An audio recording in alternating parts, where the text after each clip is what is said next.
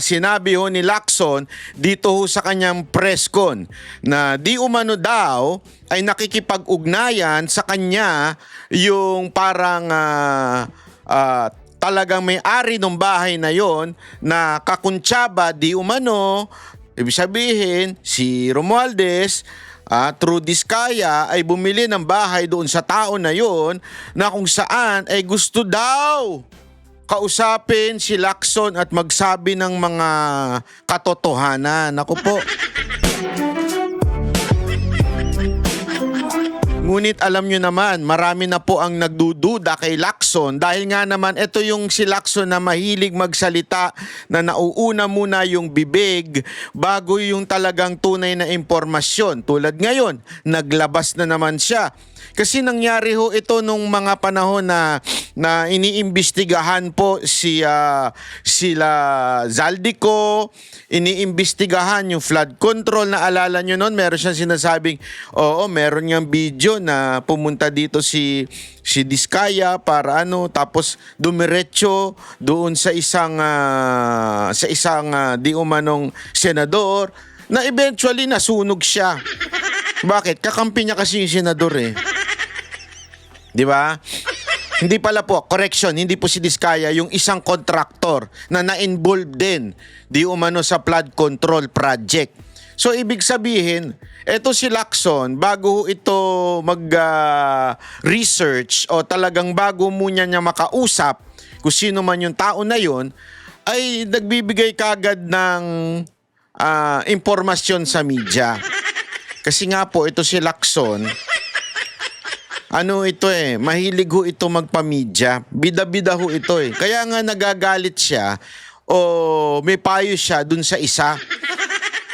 Dun sa isang, sabi nga niya kay pangalan nito, mamaya pag-uusapan natin yan, kay Libiste, na sinabi niya, hinay-hinay, wag naman araw-araw magpamedya, natatalo mo na ako. Gago!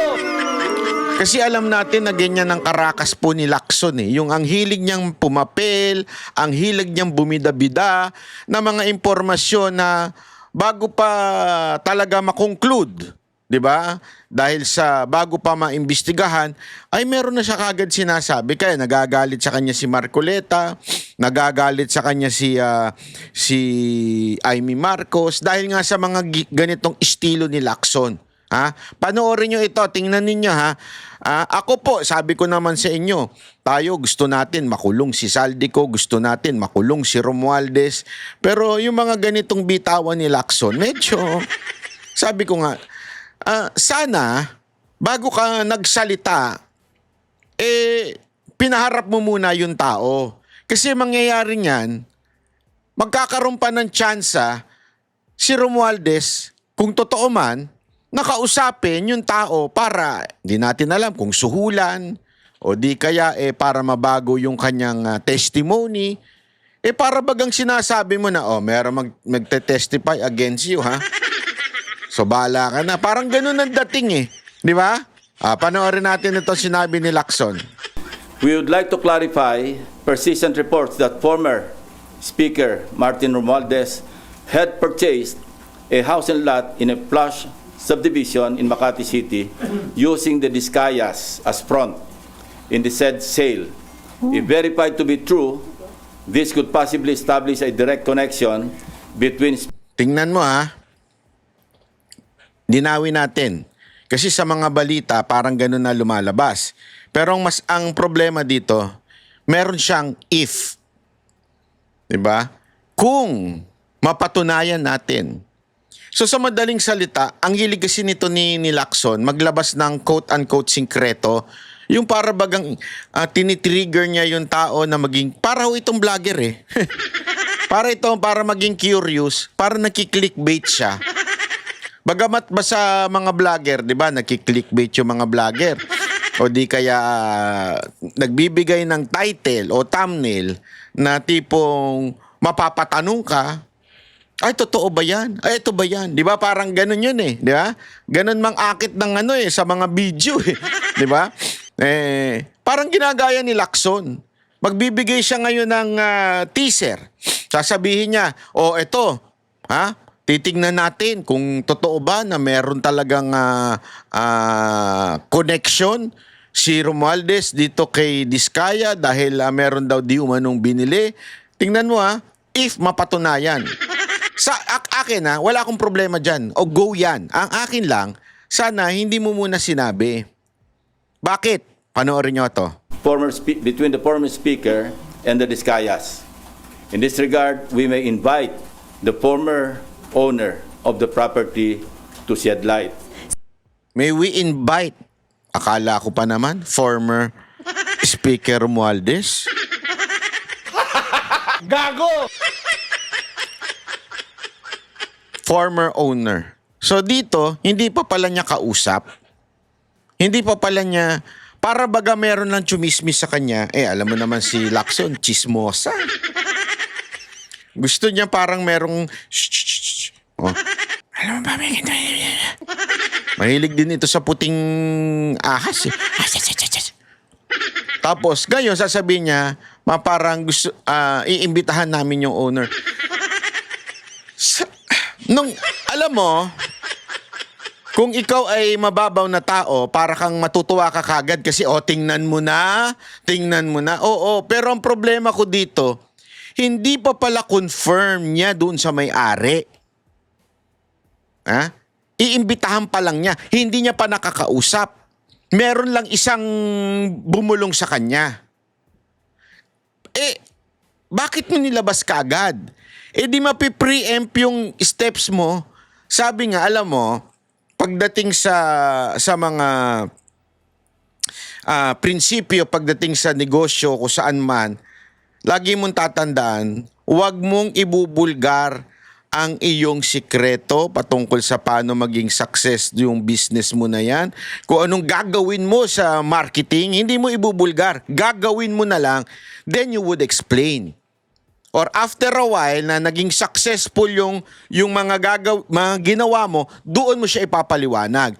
Pero at the very moment, hindi mo kagad siya ilalabas. Kasi pag ilalabas mo na kaagad siya, baka may gumaya pa sa'yo, baka unahan ka pa ng iba. Kaya nga 'di ba laging sinasabi 'yon na wag mo munang ilalabas until nagawa mo na yung mga plano mo, wag mo munang sasabihin hanggang nagawa mo na. Kasi baka gayahin ka ng iba, maunahan ka pa. Parang ganyan din dito Wag mo munang sasabihin hanggang hindi pa confirm. Bakit? Paano kung hanapin ngayon niya ni Romualdez? Halimbawa lang, totoo yung sinasabi na yan. Kung hanapin niya yung may-ari, biglang nag-disappear na yung may-ari. Di natin alam kung nagtago, nabiyayaan, o baka talaga nag-disappear lang. Di ba? Sana hindi mo muna sinabi. Iba talaga ito si Lacson. Bida-bida ito. Sino po yung may-ari ng biniling property na naging Kaya tinanong sino may-ari? ito ay ang Diskaya? I'm trying to arrange a meeting with her, and kapag may liwanag na, kasi narinig ko rin na parang willing siya mag-testify. So wala pa pala. Trying pa lang na magkaroon sila ng appointment. Alam mo, kung ikaw yung may-ari, di ba? Ikaw yung may-ari. Tapos pinalalaki na kaagad yung usapan ninyo. Pinipreempt na kagad yung usapan ninyo. Anong magiging reaction mo? Matatakot ka. Naku po, patay ako dyan. Yari ako. Lumaki na kaagad yung issue na nagbigay na kagad ng statement yung abogado ni former Speaker Romualdez. Nagbigay na kagad sila ng So ikaw, na dating may-ari na nagbenta niyan, magkakaroon ka ngayon, ako po, patay kang bata ka, ayoko ma-iskandalo, ayoko magulo ang buhay ko, ayoko. Matatakot ka na ngayon. Hindi pa pala pupunta, hindi ka pa sure, nag-a-arrange ka pa lang, sinasabi mo na ngayon sa media. Ako, okay sana kung sigurado ka na, 200%. Sure ako pupunta na to, may usapan na kami. Kaya lang hindi, you're trying to arrange. Gago! Nagigets niyo yung ibig ko sabihin? Wala akong problema, ibulgar na yan. Gusto ko nga. Kaya lang sana dapat, yung, alam mo yon yung, kaya sila nainis doon kay yung dinala ni Marcoleta. na caught off guard sila eh. Nagulat sila, hindi sila nakapag-prepare ng defense. Tama rin yung ginawa, ewan ko kung sinong si Marcoleta ba o si Defensor. Pagkaalam ko si Defensor. Tama rin yung ginawa ng Defensor na hindi niya muna sinabi agad-agad kay Marcoleta. Sinabi niya na lang habang naghihiring. Hindi ko alam kung sinadya niya yon o huli rin si Gutesa na magsabi sa kanya. But the point here, hindi na preempt. Yung kalaban mo, hindi nakapag-prepare. Yung mga kakampi kay Romualdez, hindi nakapag-prepare. Kaya nga galit na galit sila, di ba? Kaya nga pinasinungalingan nila, "Oy, mali yan, dito to yan, bla bla." Tapos si Tulpo pa, based on my research from the Office of the President,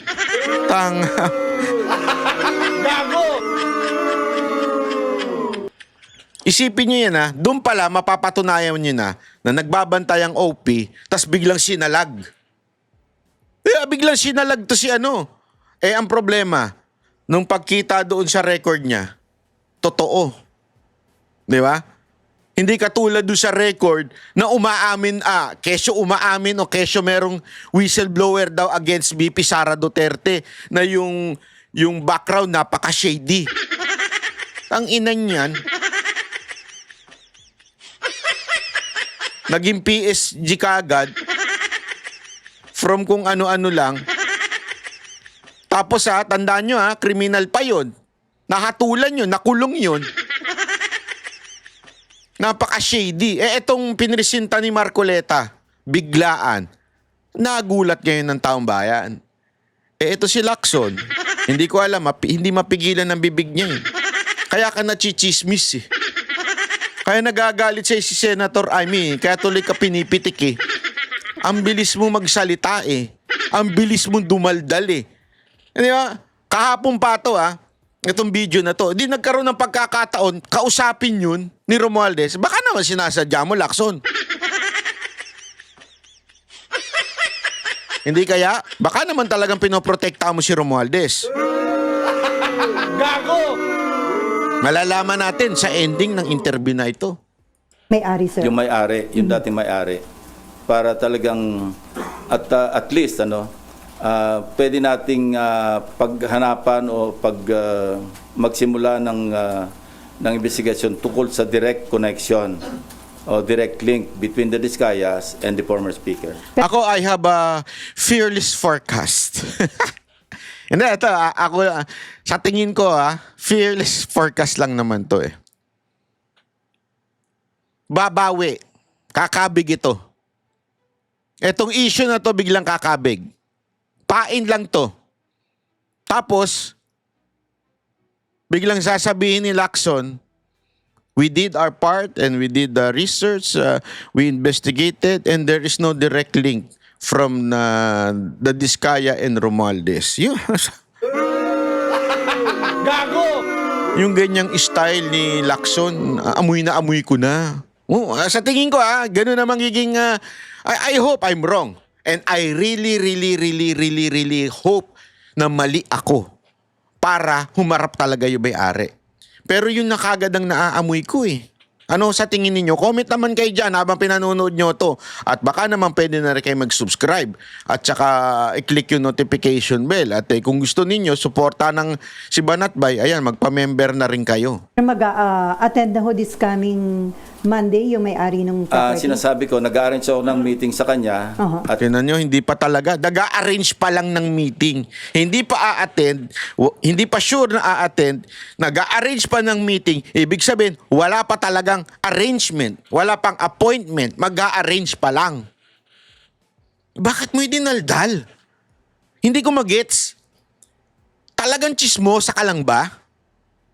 Kaya tuloy na bibintangan ka na na Barbie. Dahil sa napaka-chismosa mo eh. Hindi ako nagbintang sa'yo di ba ang ina-accuse mo na nagbibintang sa'yo si Senator Amy? May alam kaya siya na pagiging madaldal mo talaga? Kasi ako nagulat ako nung nalaman ko na parang, baklas, Lacson.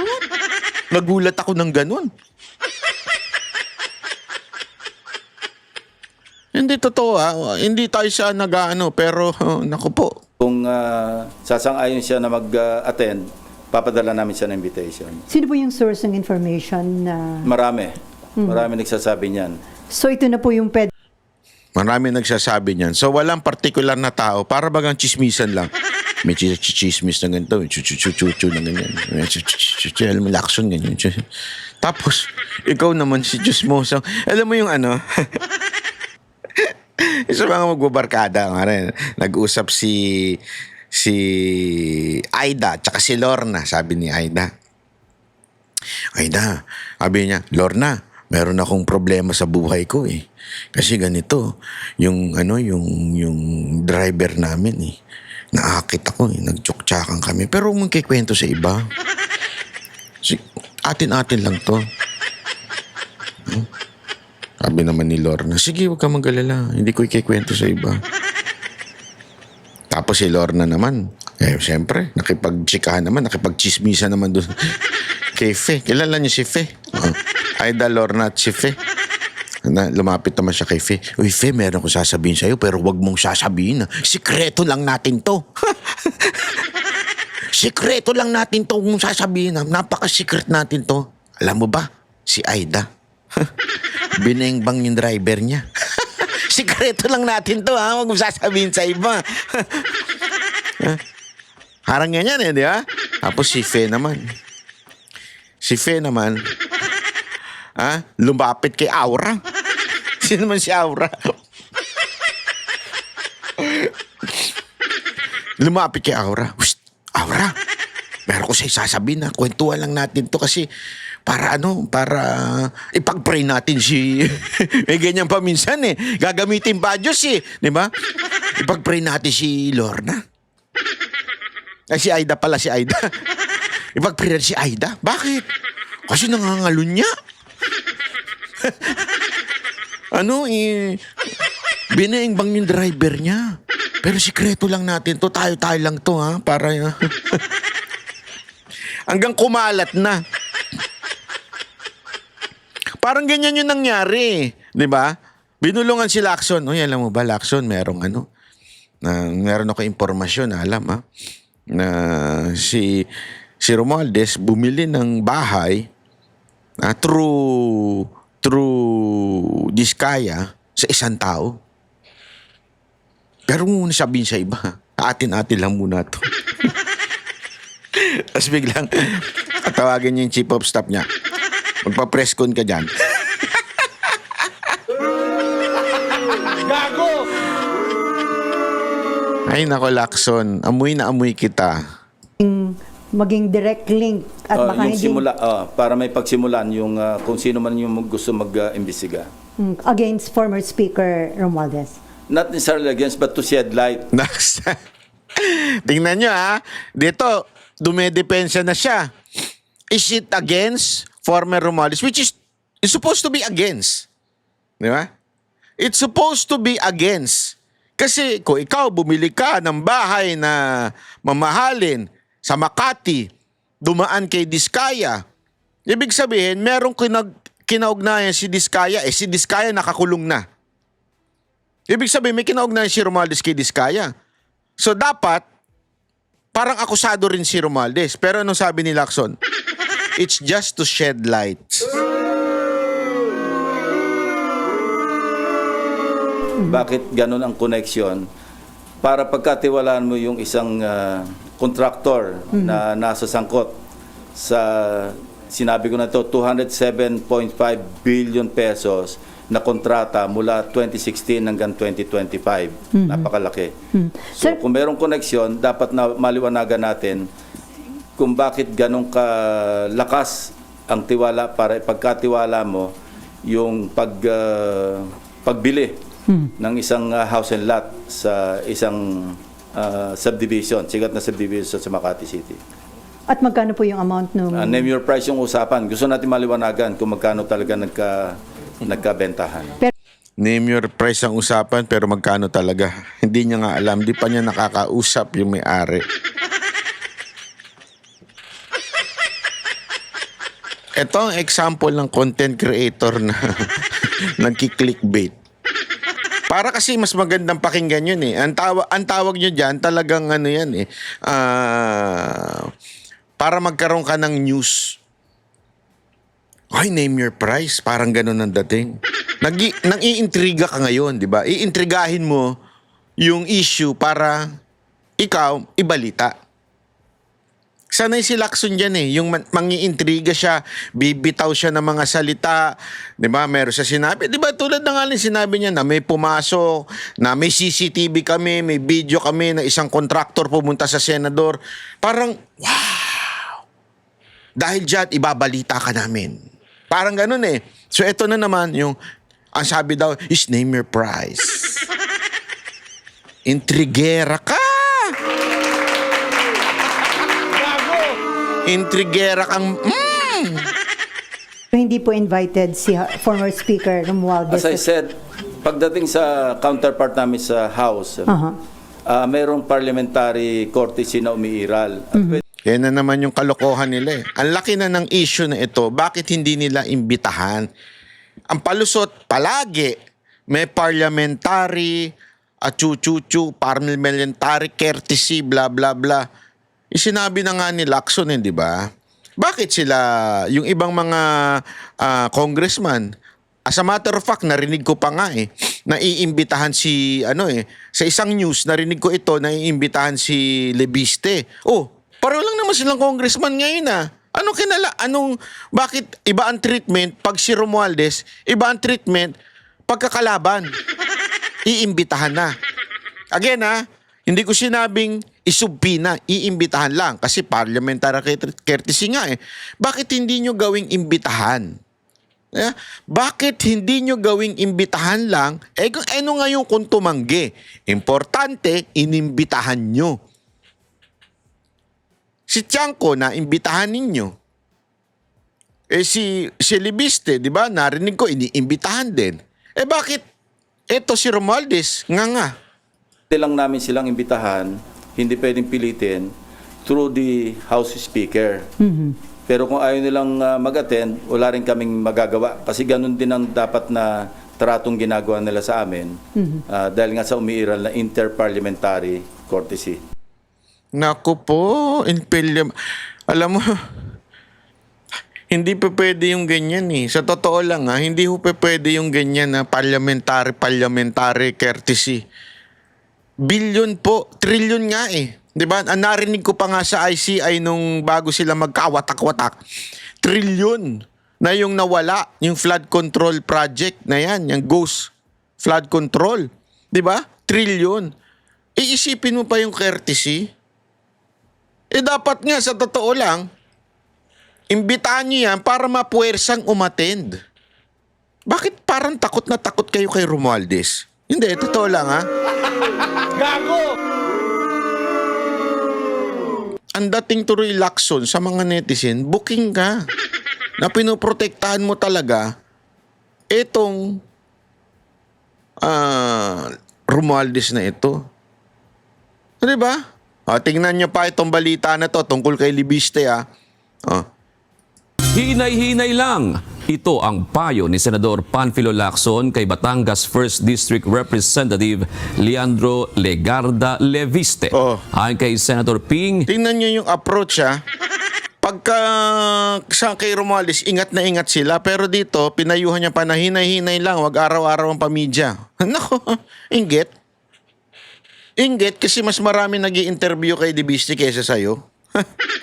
mismong ang ina ng neophyte congressman na si Senator Loren Legarda ang lumapit sa kanya para hilingin na mabigyan ito ng advice kasunod ng mga natatanggap nitong pambabatikos dahil sa paghahayag ng nilalaman ng Cabral Files. Gayun din ng umano'y 2 million pesos na bonus ng mga kongresista. Huwag yung bara-bara. Sabi ko na rin kay Senator Loren na parang i-telegraph niya ng konti. Huwag yung araw-araw nasa TV siya. Huwag araw-araw. Huwag bara-bara. Nadadaig ako Gago! Alam mo, kaya ka nalang natatawag ni Aiming Butterfly Political butterfly. Alam mo, mga kababayan, alam mo yan ng mga senador. Alam mo yan sa Senado na itong si Lacson, paru-paro to. Alam mo yung paru-paro, hindi yung playboy na paru-paro sa Japan na, iba yun.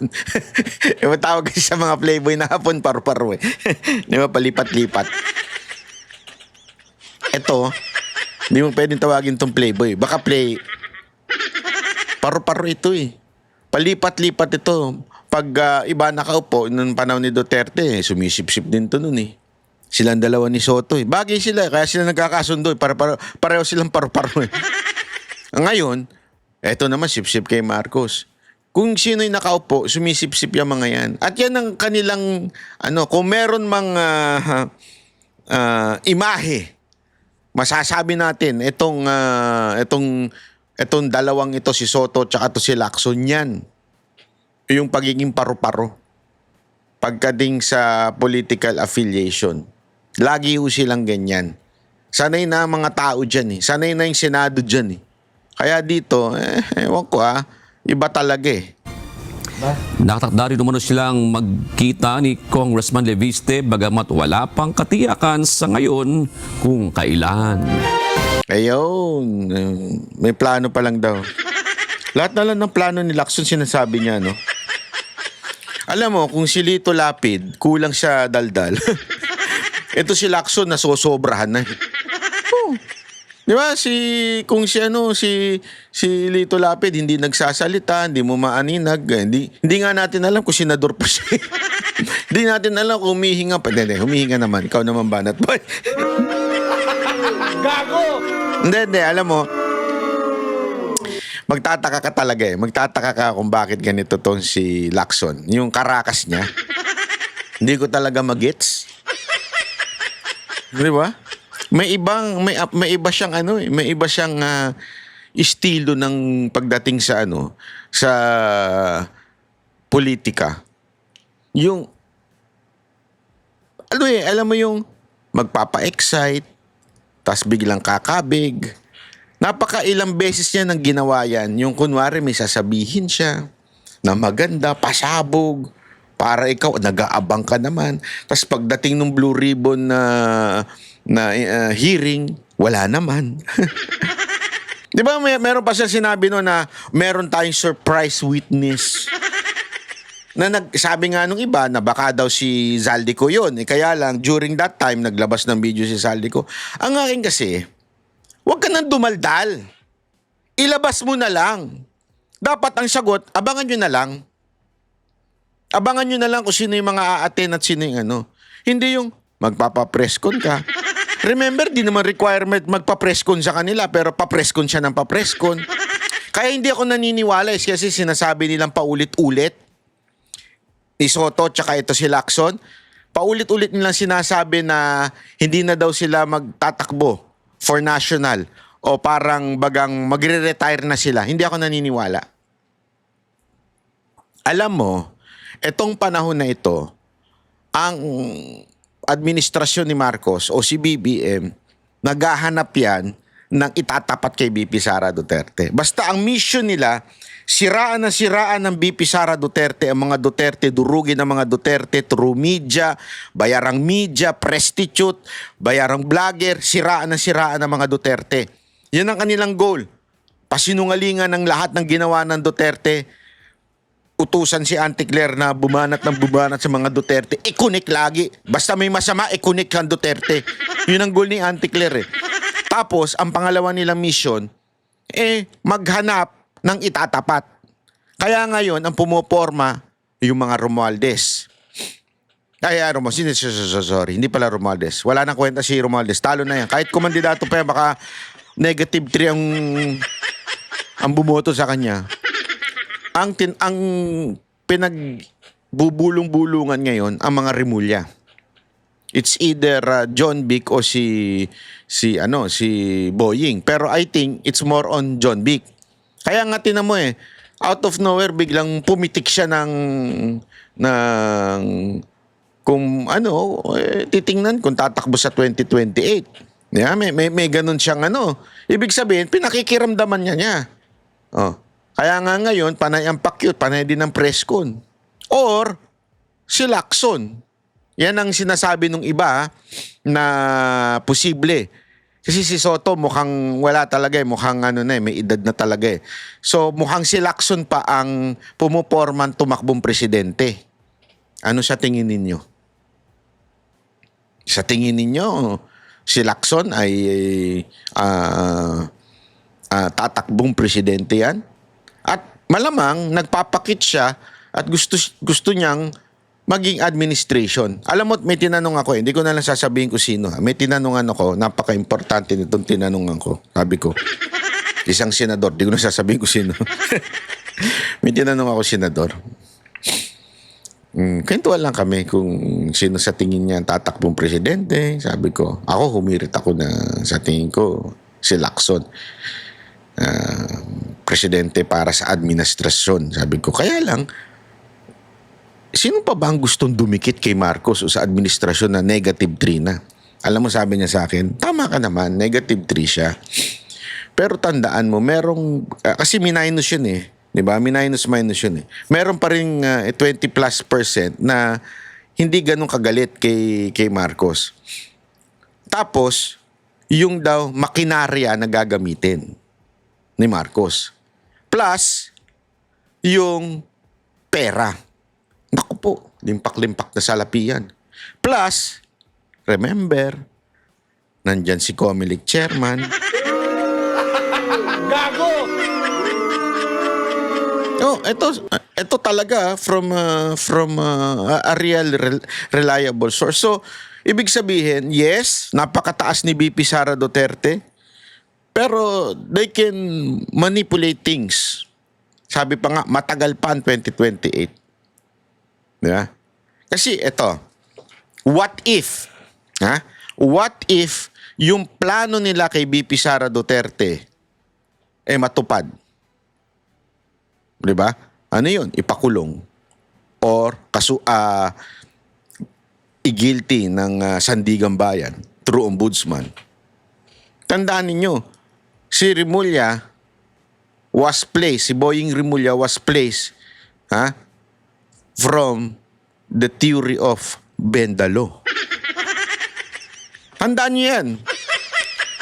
Kasi kung babalikan yung kasaysayan ni Marcos Sr., sabi nga nila, si Marcos Sr., yan ang ginawa niya nun. Nagpalit siya ng mga judge, inappoint niya yung mga judge niya. Tandaan niyo, kaya nga nagkaroon ng martial law eh. So gawain talaga nila yan. Gawain ng pamilya niya na baguhin. And sabi pa nga nitong kausap kong senador, don't ever forget, BBM, even if he looks stupid, natuto na yan sa kasaysayan. Ibig sabihin, yung mga mistakes na commit ng kanyang tatay, that leads yung pagbagsak, binago na ni BBM. Inayos na ni BBM yung mga mistakes na yun. Ibig sabihin, hindi niya nagagawin yun. Hindi niya nauulitin yun. So, isa sa mga ways na ginawa ni BBM ay walang iba kung hindi si ombudsman. Bakit? Ganito kasi yan. Tandaan ninyo, pag yan sila Marcos na wala na sa pwesto, kakasuhan yan through the courts. At pwede rin niyang kasuhan sa ombudsman. Bakit? Kahit wala na siya, hindi siya presidente, yung mga tao niya, kahit hindi na sila mga opisyal, kasi yung time na na-commit yung crime, kuwari merong accusation sa kanila, ay nung time na opisyal sila. So kung sino man yung kakasuhan sa administrasyon ni Marcos, sa ombudsman, pwedeng ma-dismiss yun, pwedeng mapawalang sala. That's why ipinosisyon si Boying diyan sa ombudsman para protektado sila for the longest time. Nagigets ninyo? Ganun ang eksena. Kaya nga alam nyo mga kababayan, dapat bantayan ito dahil itong nangyayaring ito, yung galaw na ni Marcos ay hindi yan galaw ng tandaan ninyo, feeling tatanga-tanga lang yan. Pero natuto na yan sa kasaysayan.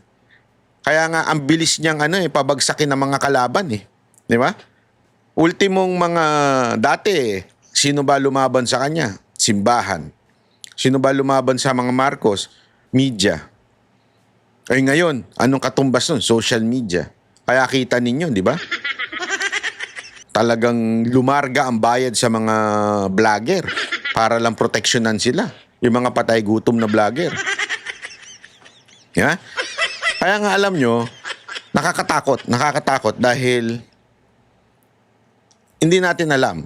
Baka mamaya, bago matapos ang 2028, biglang hatulan si VP Sara Duterte na, sabihin, ma-ombudsman siya at matanggal bilang Vice President. We do not know. Baka gawin nila yan para hindi na siya makatakbo. Sino ngayon ang pepwesto? Yan. Yeah. Sino ngayon ang magiging kalaban o magiging kalaban ng mga Pinklawan o ni Ontiveros, di ba? Kaya ngayon, naghahanap na sila. So, diyan pumapasok etong sila Remulla. At Lacson.